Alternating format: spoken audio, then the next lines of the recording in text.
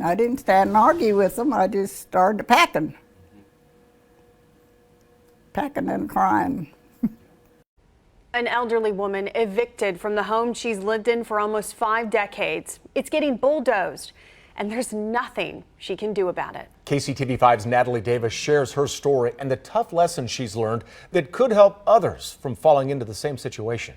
95-year-old Edith has lived here since 1969. She hoped to spend her last days here, but now she's being forced to say goodbye. Edith Bryant never expected the letter she got, evicting her from the place she's called home for almost 50 years. My goodness, I've worked myself terrible trying to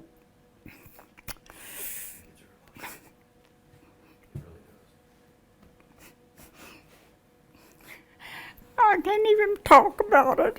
In 1969, Edith was a newlywed. She and her husband saw this vacant house and simply asked the owner if they could live there. He said, "How about $60? Well, how about it? Sounded good to me. And when we came to this home, it wasn't a house, it was a stable for horses.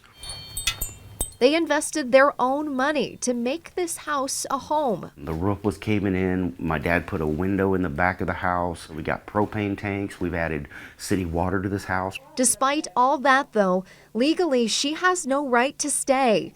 Edith says there was never any written lease agreement. Her only record is this notebook where she kept track of her monthly checks. By writing that check and the landlord accepting the check, that renews that contract for 1 more month and only 1 month. So it just keeps going and going until one side decides to give notice to the other.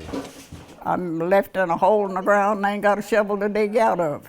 Time has caught up with her. Of course, you can't buy nothing now for $60. I found that out. And that's one of my boys. As she packs up the many memories from this home, she hangs on to hope for her future. Go on living. Lord's been with me anyway for years, and so I am hanging with him and helping me. Edith is looking at her options, trying to find a new place to move into after she leaves her longtime home on March 1st. In the Northland, Natalie Davis, KCTV5.